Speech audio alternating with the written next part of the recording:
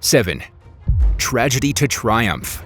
Austin Hatch is a young man who's overcome unimaginable tragedy and adversity. He survived 2 plane crashes that killed his entire family and left him with a severe brain injury. He also achieved his dream of playing basketball for the University of Michigan, the school his father had attended. The first plane crash he was involved in happened in 2003, when Austin was just 8 years old. He was flying with his mother, father, and 2 siblings from their vacation cabin in Michigan to their home in Indiana. But before they made it to their destination, the plane, piloted by his father, crashed into a garage near the airport, killing everyone on board except Austin and his father. The second plane crash happened in 2011, when Austin was 16 years old. He was flying with his father and stepmother to their vacation home when the plane, again piloted by his father, crashed into a field near the airport, ending the lives of both his parents and leaving Austin in a coma. Austin had been a star basketball player in high school and had committed to play for the University of Michigan, following in his father's footsteps. But after the second crash, he had to relearn how to walk, talk, and play basketball. He endured multiple surgeries and months of rehabilitation. But despite all that, he never gave up on his dream and eventually returned to the basketball court. In 2014, he made his debut for the Michigan Wolverines, scoring a free throw and receiving a standing ovation from the crowd. He played for 2 seasons before retiring from basketball and becoming a student assistant coach. He then graduated from the university in 2018 with a degree in organizational studies. Austin is now a motivational speaker and author of a memoir called Survive, Thrive, Succeed. He shares his story of resilience and faith with audiences around the world. He says he's grateful to be alive and wants to honor his family's legacy by living a meaningful life. 6. Kids Jungle Survival Miracle. 4 children, aged 13, 9, 4, and 1 years old, miraculously survived a plane crash and 40 days alone in the Amazon jungle before they were rescued. The children were traveling with their mother from the village of Araraquara to San Jose del Guaviare, Colombia on May 1, 2023, when their plane, piloted by a local indigenous leader, crashed into the forest due to engine failure. The 3 adults on board, including the children's mother, died in the crash. The children, who belong to the Huitoto indigenous group, managed to escape from the wreckage and find food and water in the rainforest. They ate seeds and cassava flour, as well as some fruit they'd gathered. They avoided wild animals and drug traffickers who operate in the area. And they also had to endure cold nights, heavy rains, and insect bites. The children were found on June 9th by a group of indigenous searchers who used ayahuasca, a psychoactive brewed drug, to guide them. The searchers said they heard the children's cries and followed them to a small clearing about 3 miles, 5 kilometers from the crash site. They also said they saw signs of the children's presence, like footprints and clothes. The children were airlifted to a military hospital in Bogota, where they received medical and psychological care. They were also reunited with their father, who'd been searching for them since the crash. He said he was grateful to God and the searchers for saving his children. The kids' survival story has amazed and inspired many people around the world. They've been praised for their courage and resilience in the face of such a tragic and traumatic ordeal. They've also raised awareness of the plight of indigenous communities in the Amazon region. 5. The Girl That Fell from the Sky. Juliane Koepke is a German-Peruvian biologist who became famous for surviving a plane crash and 11 days in the Amazon rainforest when she was just 17 years old. She was the only survivor of the 92 passengers and crew on board Lanza Flight 508, which was struck by lightning and disintegrated in mid-air on December 24, 1971. Juliane was flying with her mother from Lima to Pucallpa, where they planned to join her father, a zoologist, at his research station in the jungle. Juliane had grown up in the rainforest and learned survival skills from her parents. She also had a passion for wildlife, especially bats. As the plane flew over the Amazon, it encountered a severe thunderstorm. Juliane then saw a bright flash of light and felt the plane shake violently.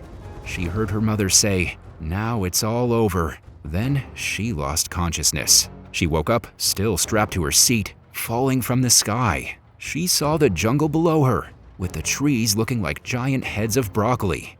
She then felt a strong jolt as she hit the canopy and blacked out once again. The only injuries she sustained from the fall were a fractured collarbone, a laceration on her arm, and a swollen eye.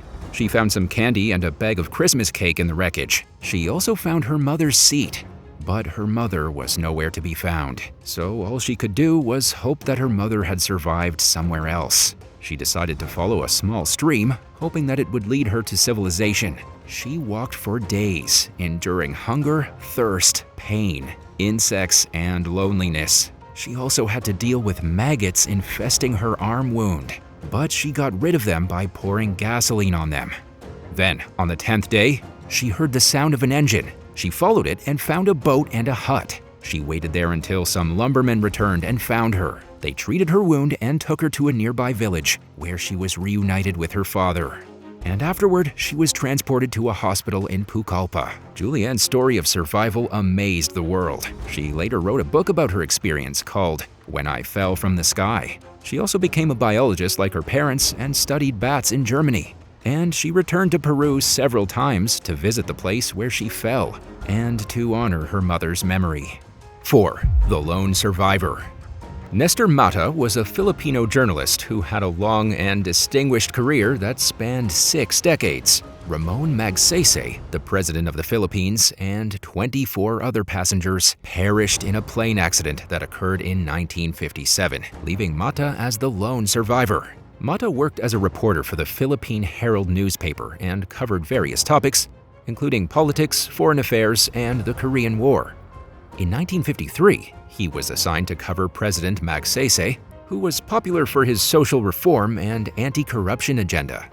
On March 17, 1957, Mata joined the president and several government officials on a flight from Cebu to Manila.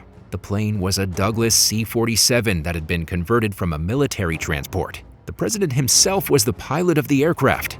Mata sat near the presidential compartment and was half asleep when the plane flew into a thunderstorm.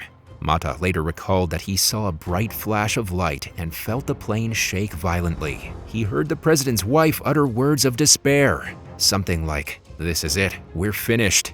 But then everything went black. He woke up hours later on the side of a steep cliff among dried bushes, but he saw parts of the plane still burning nearby. So he shouted for help, but no one answered. And that's when he realized that he was the only survivor. He suffered 2nd and 3rd degree burns all over his body and had multiple fractures and internal injuries. He was rescued by local farmers who carried him down the mountain for 18 hours. He was taken to a hospital in Cebu, where he dictated a press dispatch that began with the sentence, "President Magsaysay is dead."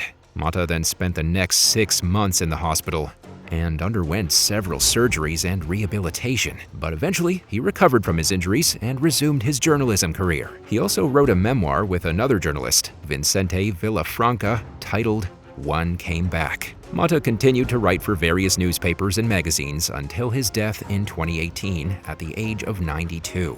He also taught journalism at several universities and received numerous awards and honors for his work. He's remembered as a courageous and dedicated journalist who witnessed history and survived tragedy. If a plane you were on crashed into the Amazon, do you think you'd have what it takes to survive in the rainforest?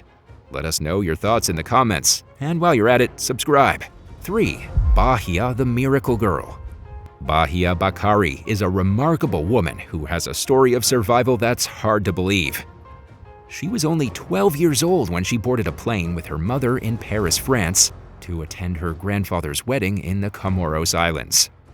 But little did she know that this trip would change her life forever. On June 30th, 2009, the plane she was on, Yemenia Flight 626, crashed into the Indian Ocean near the coast of Grand Comore, killing all of the other 152 people on board.